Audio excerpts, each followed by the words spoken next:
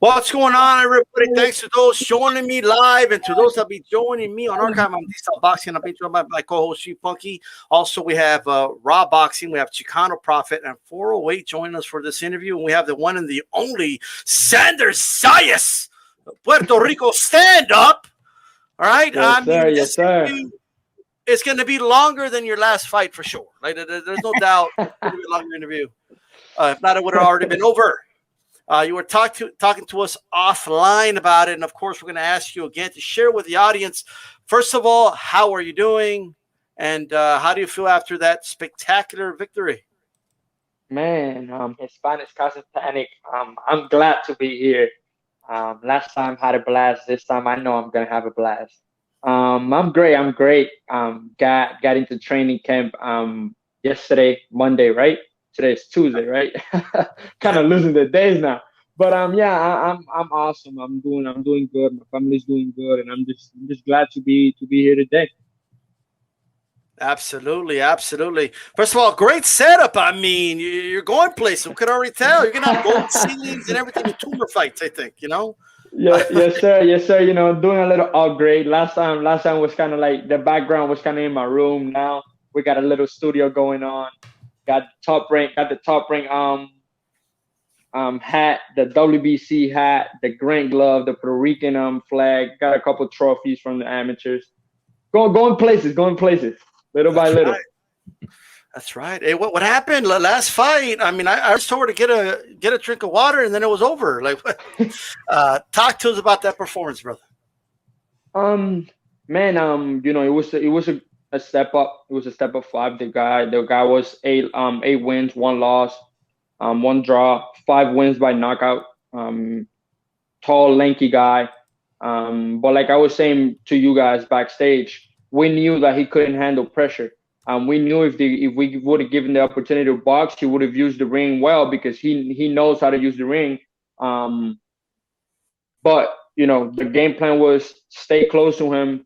Don't let him extend the punches and just put the pressure, and that's what we did from the first belt. Again, backstage, I was telling you guys how he kept the chin up and he was throwing a lazy right hand.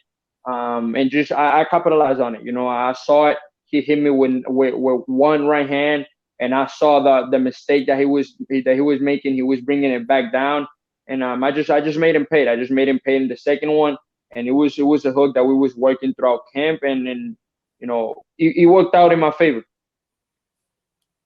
Absolutely, absolutely. Before I let someone else go here, I did want to ask you. I played the clip there. I know you were talking about you've been rehearsing that celebration. You Yes, finally did it. Did yes. you catch yourself after the fight? Oh, I got to do this, or like did you remember about HCP? Like, what happened in that moment? Man, I was so hyped because the fans were there after a long year. So and again, it was in Kissimmee with all the Puerto Rican fans. So when I connected the first hook, they went crazy. So once like the referee stopped the fight, the only thing I could think of was like, let's go, like I did this like in front of the fans, in front of the whole fans, in front of my whole family. So I don't know, I just it kind of like happened, and but I did make sure I said this is boxing, this is top ring. I said it to the cameras. I even got a video of it. Um, but again, it's like I always tell you guys, it's so many emotions going on at the moment. You don't even think what you're saying. Then you're like, oh, I said that. Hey, well, I'm the one that asked you to give me the pound of the chest like Tito. So, I was looking, man. I was watching close. I was like, he might do it. Let me Man. just No, no, hey, and then my dad after the fight, my dad told me like, "Yo, you need to pound the chest," and I'm like, "Man, I forgot." That was good to see, man. But Man, thank you. yeah, I could just tell, man, that the fighters, the all of the young Puerto Rican fighters that were on that card were really amped up, really excited to be back in front of fans, and Yeah, but I want to ask you, there's a little bit of a rebirth, a little bit of a renaissance here happening with Puerto Rico, and there was a lot of young fighters, a lot of talented young fighters on that card. How does it feel to be a part of that? Right, you're like right in the middle, and there's a lot of people that I've been talking to that think you're going to come out to be the best out of all of them. So, how does that feel to be a part of that new renaissance of Puerto Rican boxing?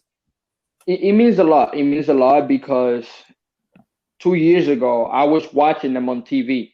2 years ago it was myself wanting to be in that position, and now that I'm there with all those guys, it shows me that the hard work is paying off. It showed me that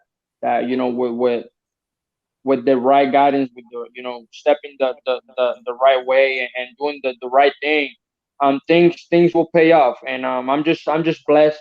I'm glad to have such a Puerto Rican fan base, such a fan base overall. Um, all those guys that are coming up with me, they're great guys. They're very humble. They work hard, and they just want to bring the same thing I want to bring to my island of Puerto Rico. That is glory and championships, and we're looking forward to do that. Yeah, there's a lot of good young fighters. We've kept our eye on quite a few. But I want to get your thoughts on a guy who's been really becoming, like how we like to say here, over with the fans. He's getting real popular, and that's Edgar Berlanga. He went in there, finally got some rounds in, went 8 rounds, silenced the critics. What did you think of his performance that night, man?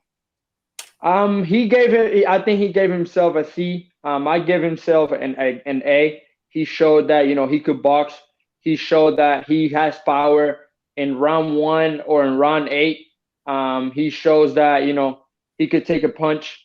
I was happy. I was happy with his performance. I went backstage after the fight, and he told me that he was also happy that he got the rounds in. He told me, man, if they would have given me 10 more seconds in that last round, I would have knocked them out. And I'm like, hey, but at least you got the unanimous decision. Now, at least you got 8 rounds now that you could go back and look at. And man, he was just happy. He was just happy. I was happy for him. And we spent camp and fight week together. So, seeing him going rounds meant a lot. Yeah, I was actually glad to see him go some rounds myself. Go ahead, D-Style. So first, congratulations, man, on your last fight. Thank you, and congratulations on the fact you were able to execute that counter attack on your boy, grabbed him against the rope, and completely neutralized him with the very punches that he might have seen coming, but he just couldn't stop.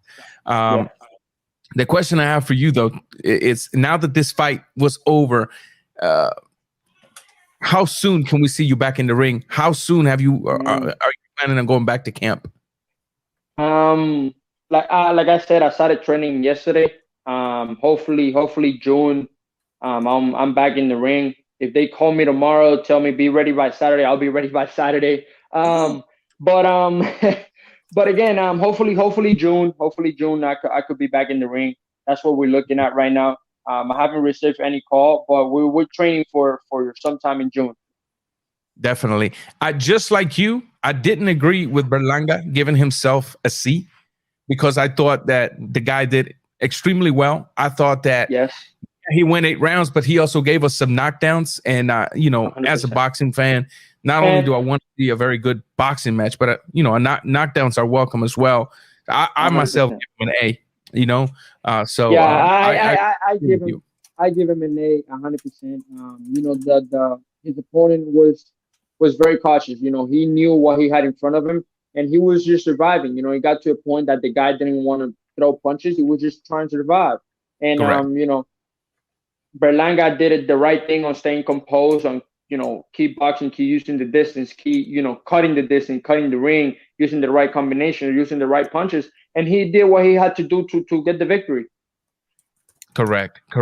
Now, when you were working and preparing for this camp, how often or how long did it took you and your camp to sort of say, okay, this is what the guy does, this is what we're going to do in able to beat him? Because, sometimes you can watch films and it takes you a couple of times, maybe sometimes you spend a few weeks looking at film after film, dissecting mistakes after mistakes. How long between you and your coach before you guys said, okay, this guy does this is what we need to do? Well, at least for my fights, my coach and my dad kind of sit down and go through it. Then they come to me and they're like, all right, this is what we're going to work on. for this fight, even though the guy had 10 fights, it was very hard to find videos of him because there weren't too many videos. It was like 2 or 3 videos. But throughout the 3 videos, that it was the same mistakes. It's nothing changed. Nothing. It was nothing different from each fight. Then the guy knew how to keep distance. The guy knew how to box at distance. The guy was long, but every time somebody was getting close to him or putting the pressure, he couldn't. He was either grabbing them or staying in and tight. He couldn't. We knew he couldn't box inside, and that was just the game plan. That was the game plan. We had a really tall guy for our. Shout out to him. Shout out to Marlon. We had him from down here in Miami. He was 6'3". Kind of had the same style, fighting at distance, fighting at bay, and we had a great training camp. We had a great training camp. For sure, definitely the mid range worked very good for you, at least 100%. In the little bit that the fight lasted. But that's all I got for now. All right, Chicano Prophet, go ahead, brother. Yeah, man. Well, I'd love to hear you talk about the sweet science. I can tell you're definitely like a student of the game, bro. And I know that fight didn't last very long, but you had the game plan going. And I'm just curious, did you have to make any adjustments? I mean, was there anything that he surprised you with that you had to readjust for? Maybe the first right hand, that first right hand, I didn't expect it. And that's why, after if you go back to the video, you could see that I kind of like feint him. So I could bait him in and then throw my counter. But that first right hand, he hit me because I kind of like went straight in and I didn't use an angle or move the head. But I made that adjustment. All right, I saw that he was throwing a lazy right hand. So I'm like, all right, let me feint, let me use an angle, let me do something so I can bait him in and then throw my counter. Nice, man. Well, as you know, man, there's a lot of people online. Puerto Ricans are excited about you, Latinos, and just the YTBC in general, man. We really like your skills. And so I'm just curious, you seem to be just enjoying the journey and you understand that you're a prospect and that you're only 18 and you seem to be patient, not too eager to kind of do anything too fast, but you're also ready for the next challenges that they come about. So I'm just curious, like in a perfect scenario, like how soon do you see yourself fighting for a title? I'll say maybe end of 2022. Beginning of 2023. Hopefully we in the right position. Hopefully we're ranked at whatever weight we were at. And Top Rank give us the opportunity to fight for a title. But again, we want to take everything step by step. We want to enjoy the process. And when the time is right, I know Top Rank is going to give me the opportunity and I'm going to take advantage of it. Very nice. Thanks, Xander. We have a question from the chat here from D Jesus. Can you talk about sparring with big names? What's the best advice they've given you? Well, it depends. It depends because they all have different styles, and I kind of have to adjust to every style that they have. But I think one of the biggest guy that I've sparred that is fighting now on June 5th is George Cambosos. He's like, he's fighting my other big brother, Teofimo Lopez. And, I sparred him for the last 3 camps. And, he always tell me, keep the foot there on the pedal, keep training hard, stay dedicated and stay focused on what you got to do. Perfect. Haplotap in the chat saying, who's your favorite Puerto Rican fighter of the past and the Puerto Rican fighter who you borrow from the most stylistically? Miguel Cotto. Miguel Cotto is my favorite fighter of all times. Somebody that I still look at. I learn from him every fight. You see something different. And he's just a gentleman inside and outside the ring. Okay, absolutely. What's up, 408? Go ahead, brother. Xander, pleasure to see you, man. I was one of the people that was at your very first professional fight in Reno, if you remember me, and then I saw you again in Las Vegas at the second one, and then the pandemic hit us, right? But I've been following your career this whole time, buddy. There was a little bit of time in between those first 2 pro fights that you moved to, they were broadcasting your fights on Telemundo, and I was scratching my head because your career was going so fast, and I thought, man, what are they doing wrong? But now I'm starting to think, was it a genius strategy move where they were trying to get your audience built up with Latinos, with just a bigger demographic of Latinos, period? 100%. Because the fight in Florida sold extremely well. it was a success for you and Berlanga, Yes. right? Yep. And that being 100%. said, I mean, they probably would love to televise you even more so on Telemundo and whatnot. But is the goal still to hit Madison Square Garden as New York City's opening up? Maybe you and Berlanga headlining a car together. Well, that would be great. That would be a dream come true. But yeah, going back to the question, when the pandemic hit, we didn't want to take a risk on going into the bubble and maybe testing positive, and then having to stay there for 14 days by ourselves. So we kind of like took a step to the side and said, all right, we can still fight here in Telemundo, and we can also grab the attention of all the Latinos, or all the Latin America, the Caribbean, and that's what we did. We went kind of like that route, and then at the beginning of 2021, Top Rank called us and said, all right, let's get you in on ESPN Plus, and let's get you going again, and that's what's going on right now. But yeah, fighting on MSG will be amazing. I don't know when it will happen. Hopefully, it happens maybe in June, maybe sometime in December. It depends. It depends on how fast New York opens up. But whenever it happens, I'll be ready, and it will be a pleasure to fight there. Yeah, so I have watched all your fights so far that you've had, and it surprised me. There's a lot of expectations on fighters like you in a unique position who've not just about knocked everyone out. And I think the one guy that stood out to me, you fought a guy who was maybe a professional MMA fighter, and he refused to go down. But what Yes. learning lessons? He refused to go down. But what does that say about some fighters that maybe are in unique positions like you and Berlanga, that there's pressure from the audience that they think you're going to knock everybody out? But there was some learning lessons there, right? 100%, 100%. You always learn. It doesn't matter if it goes to distance or if he ends in the first round. You always learn something new. This last fight, I learned not to get too happy when I see the guy hurt. Kind of, choose my punches. Going back to that, I think it was my third fight. In Atlantic City. We learned that we have to break a guy down, and maybe at that time, because I was fighting 4 rounds, it wasn't enough time to break him down how we wanted. But we got the job done. We got the job done, and that was the most important part. Most definitely. And I'm excited to eventually see you back on the West Coast, hopefully in Las Vegas, because social media is going nuts for these Taylor Ramirez tickets. And I know they're going to have tickets for you, man. So hopefully I'll run into you somewhere. Man, hopefully, hopefully I can make it. I can make it to Vegas to watch that fight. If not, I'll be watching it here at home. But man, that would be amazing to go out there and see Ramirez and Taylor fighting, live.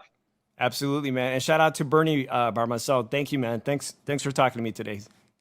Hey, real quick, I want to send a shout out, Sanders. There's the people from the rainforest in Rio Grande, Puerto Rico, watching you right now. So if you want to send them a shout out, go ahead, man. No, de verdad que muchas gracias a toda mi gente de Puerto Rico, toda mi gente de Río Grande, toda mi gente de mi isla, de la Isla del Encanto. Súper agradecido con todos ustedes, todo el cariño, todo el amor, y significa mucho para mí. Muchas gracias. Absolutely, man. Absolutely. Well, speaking of Puerto Rico, we have a question from H Money Boxing. He's asking, does he know fellow Puerto Rican fighter Armani Almestica? Okay, yeah, from Orlando, Florida. Are you familiar with him? Yeah, I do know him. We actually won on my last jersey national. We actually won it. He won it at 141. I won it at 152. So we made Team USA together. Great guy, great boxing skills, and he's coming. He's up next too. Okay, awesome.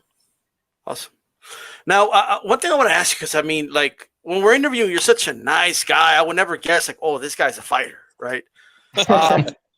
So, can you describe to us like what it's like, especially now that you fought in front of a crowd, right? What is it like when you're walking out? Because I've heard fighters say different things. I've heard fighters say they just blank it all out. They don't hear anybody. It's just them and their opponent. I've heard others say they take it all in. Like, what's Xander Zayas like when you walk out in the crowd? Man, at the beginning, I kind of like blocked it all out and just it was tunnel vision. But this time around, this last time, because I didn't have a crowd in so long, I heard like everything they were screaming, everything they were saying. They were like, motivating me going into the ring. But once I got into the ring, it kind of felt like everything blacked out again. Everything was just tunnel vision, just me and my opponent, and the voices of my coaches and my dad in my head. But yeah, it was just amazing. It just different feelings. But I think this time around was a little bit different than at the beginning when the crowd was there. Okay. Right, because it's like a switch goes off. You're like a Terminator. Yeah, yeah, you know what I mean. Like, so it's go time. Yeah, it's go time. it's go time, And then after the fight, it's Xander again. 100%. He's a nice guy. The nice guy, absolutely. And you know what? I know you said he's one of your favorite fighters ever. And look, I was a big fan of Cotto, but the one thing he didn't have was that personality, right? Like you remind me a lot of Trinidad, who like talks a lot to the people, is very flamboyant, has charisma. That's who you remind me of. You know what I mean? And now, what I wanted to ask you is this: do you have a goal to be up there as the best? And I know it's early to ask you this. I know you're young, but is that your goal, to be the best Puerto Rican fighter that ever lived? That's a hell of a goal, but is that a goal? I think not just me, but I think every athlete in any sport, you could ask this question and they will give you the same answer. All respects to all the legends in Puerto Rico, but I'm working hard to be the best. I'm working hard to be the best to ever do it. To be a world champion in multiple divisions, to be an undisputed world champion in multiple divisions, to complete all my goals in boxing and in life. So yes, I'm looking forward and I'm working hard to be the best. Absolutely. I want to ask you another question, man. Your fight before this last one, you were in there with a guy who was a Philadelphia fighter, tough guy. That fight went the distance, but I feel like it was a good learning experience for you. Did you feel the same way about that fight? Yeah, 100%. I had the guy on cruise control the whole fight. It was a boxing lesson. We knew that the guy was tough. We knew that he could take a punch. So, we got to a point that we just outboxed him. We just outboxed him, not let him touch me. And that's the sweet sign of boxing, get hit and not get hit. And I think I made that happen on my last fight, not last fight, but the one before that one. Yeah. I agree, man. I was thinking, like, you know what? It's good to get rounds in. It's good to get that experience, especially when you're this young and you're this new in the game. I thought it was a good fight for you as well. I love how you use those left hooks to the body after the at the end of those combinations you throw, and I think those are beautiful. And if you see last time, going back to that fight, I was throwing the left hook to the body, but I wasn't coming to the top. This time around, my last fight, I kind of went to the body and the head. So, it's an improvement that, people don't see or people don't look at. But there's some, little things like that are going to get me to that next level. Yeah, exactly. Now I want to ask you something, man. There's a lot of news breaking this week. We got a big fight with Canelo versus Billy Joe Saunders. And he's complaining about the ring size now. I know. I heard. I want to know your thoughts on that, because me looking back at your fight, I noticed that ring you guys were in that night was pretty small. I don't know what size it was, but it was pretty small. I think it was 18 by 18. I'm not really sure, but when I go out there, I always go before the fight to warm up and see the ring, see how it feels. When I got in there, I look at my dad and I'm like, Dad, this is like a box. Like, this is small. Like, there's nowhere to run. So seeing a world champion complaining about the ring or about the size, it's kind of funny. It's kind of funny because at the end of the day, this is boxing. This is boxing, and obstacles are gonna be there no matter what. You just gotta have the right mentality to say, all right, the ring might not be in my favor, but I'm gonna do whatever I gotta do to win the fight. And that's what Canelo say. Man, the ring is not a problem. I'm going in there to fight. And that's why Canelo is the best pound for pound right now. I'm sorry. I just had to throw that in there. Well, and speaking of that, I mean, they asked Canelo, and he said, "You know what? If it's that big of a problem, fine, whatever. I'm still going to punish him." He said, "You know." 100%, because it's what you're supposed to do. Is what you're supposed to do. You shouldn't have a problem with a boxing ring, with anything else. I mean, if it's not the glove or the hand wraps, then I'll give you that. Then I'll probably say, all right, you're protecting your own health. But the ring, come on now, the ring is not gonna make any difference. If you're gonna get hit, you're gonna get hit anyways. Facts. I'm kind of glad that came out of your mouth, because had it been us just saying that, people will probably think we're making all kinds of excuses to protect Canelo or to protect Billy Joe Saunders. And look, at the end of the day, these two guys are professionals, and an extra 100%. couple of feet might help or may not. So I'm kind of glad it came out of your mouth. Man, a couple of feet are not going to help you if you're gonna get knocked out. You're gonna get knocked out anyways. If you're gonna get hit, you're gonna get hit anyways. So 2-3 feet, 2-3 inches are not going to make a big difference. It's the ring. You cut the ring off, I'm already in front of you. I cut the ring to the other side, I'm already in front of you again. So it doesn't really matter how big the ring is. Well said. Now, we do have a question from D here. It says, being a red-hot prospect, good-looking young cat, he says, how do you deal with all the distractions and the limelight, golf, yoga, etc.? Like, how do you deal with all these distractions? Well, my dad and my mom, they've been doing a great job with that. I have a great team. They've been keeping me on the line of, staying true to myself, staying serious to what I want to do in my life. And my parents are a big part of that. But other than that, hobbies that I like going to the beach. I like, going to the malls with my boys. I like shopping, playing video games. Just like a regular teenager, a regular guy, will do. Just have a little fun, but be on the mindset that, any stupid mistake will, could cost everything. Absolutely. Now, shout out to Christine from In the Ring with Christine. Wants to ask this question here, and it's when you were with Team USA, there was sports psychologists. How important do you think sports psychologists are, at every level of boxing? Do you have a sports psychologist, for example? And, because, what happened with Ryan Garcia, and, do you think that's an important aspect? Oh yes, I do believe it's an important aspect. Some people might need a sports psychologist because it might get them in the right mindset. Me personally, I've never had a sports psychologist. Never had the problem of having to talk to a sports psychologist. But I believe that if somebody needs it, and if somebody believe that they need the help, might as well go and get it. You know what you have? He has a Latino mom that's grabs him from the ear. Like, ya no vas a hacer eso, and that's it. Yo, right? Yo, I got one of those, 100%. There you go. Tony Boswell, I appreciate that, brother. He says, much respect to ATP. And also, Chad, I also want to thank this young man for sharing his time. Much respect to Xander Zayas. Absolutely. I appreciate that, brother. Yeah, definitely. Hey, Xander, what's next? Well, what do you know so far? What's next? Because I know you're fighting. It seems like every other month now, so. I wish I can answer that question. Like I said, I'm already back in the gym.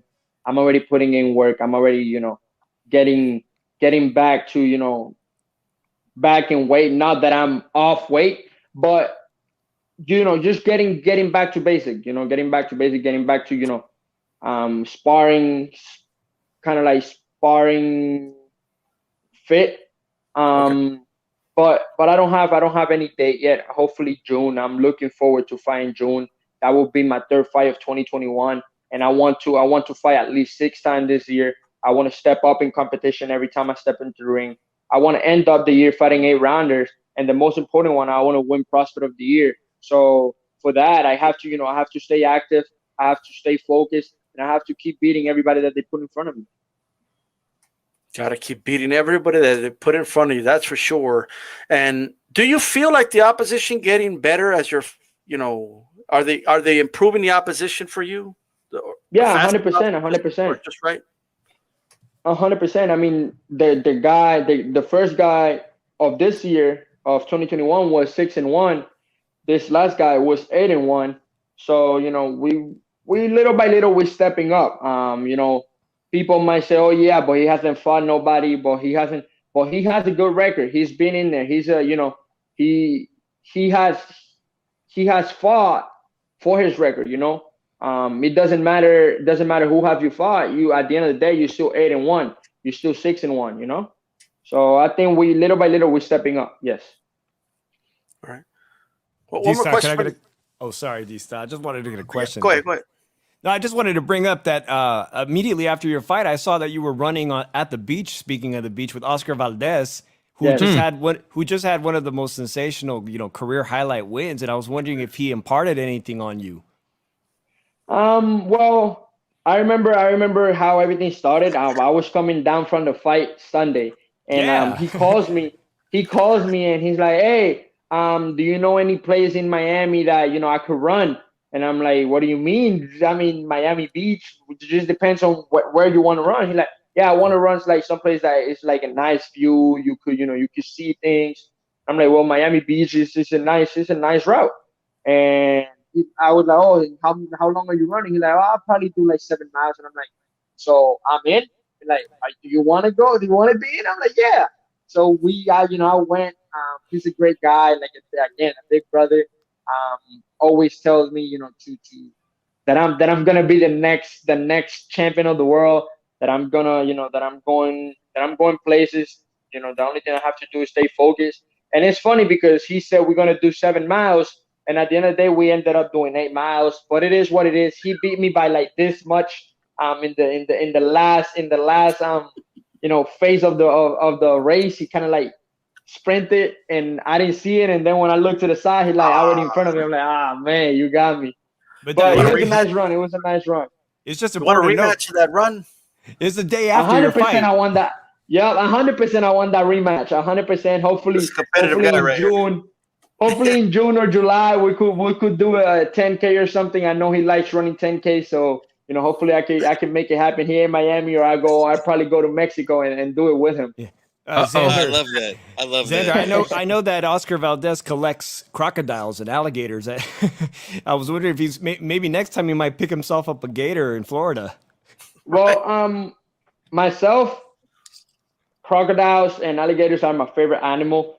I love them. I've learned so much about them. He invited me to his ranch.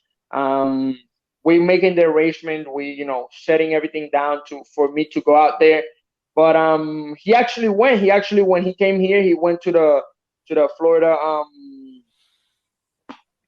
I'm sorry, I forgot the name. Everglades or The Everglades. Yeah, the Everglades. That's cool. And he saw a couple alligators, and we went to the Miami Heat game. We have fun. We have fun that Monday, and we spend it together. So it was a great experience to spend it alongside with the champ.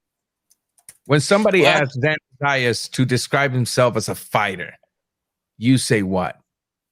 Smart, aggressive, that throws that is very persuasive with his combinations, throws the best combinations, punch the body, punch the head, good footwork, good head movement, keeping the hands up, and just wanting to get the victory by any means. Xander Zayas has positioned himself at the top of the mountain as the representative of Puerto Rican boxing, and now it is Xander Zayas' turn to be participant in the Puerto Rico versus Mexico boxing war. Who do you think would be that guy? Canelo Alvarez. Whoa! Yeah, I love that, man. I have to. Canelo. I respect Canelo Alvarez. I look up to Canelo Alvarez. One of my favorite boxers of all time too.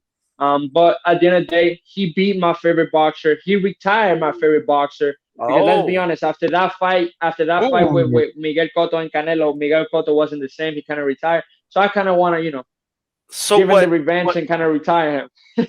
What you're saying is what goes around comes around. Comes That's what you're around. saying. 100%. And you're gonna be okay with an 18-foot round. You with the 18 foot, you're good. Hey, you can make it 10 by 10 if you want to. This is a fight. Yeah. There we go. Hey, Well, let me I'll tell you ask you this. something. Yeah, go ahead, Jaffa. Go ahead. No, I was gonna say, ask you this, man. We just had a pay-per-view this weekend. There's another young 147 pounder who's got a few more fights than you, but could be a future fight. Mexico versus Puerto Rico in the future. Jesus Ramos and Xander Zayas, man. Would that be a fight you'd be interested in the future? That would be a fight. That would be a fight that would be great for the fans. In the future, he, like you said, he's a little bit ahead of me in fights. But if we can make it happen in the future, that would mean a lot. He's a great fighter, strong fighter.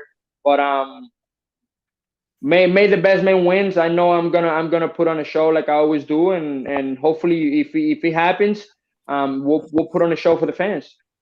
That's right. Yep. And if you see Oscar Valdez in the near future, let him know G-Funk of HCP had his back against Alacran Burchelt. I was the only one here picking him to beat him. All right, let him know that. Man, and what's funny? I was there live. And I wanted him to beat Alacran, but I also knew that Alacran was a strong guy. He was a strong gun, and he was there to fight.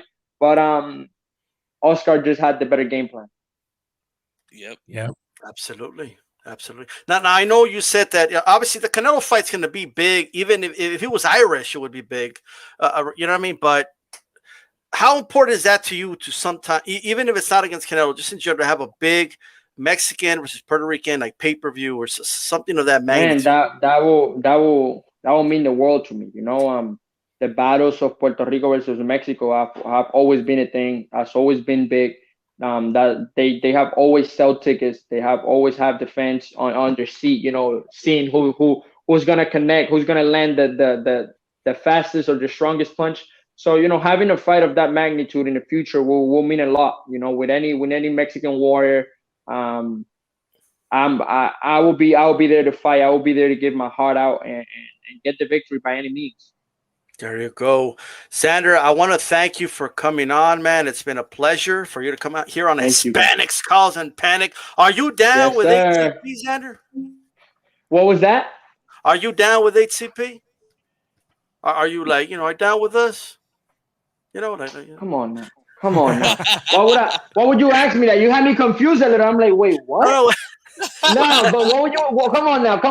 Like, I wouldn't be here. Right? No, I'm kidding. It's always a pleasure.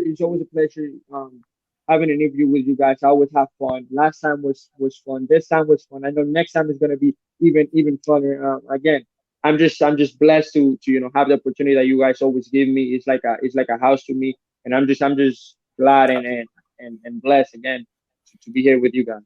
So thank you. You got big things coming for you, and you have yourself a good one, brother. Yes, sir. Thank you.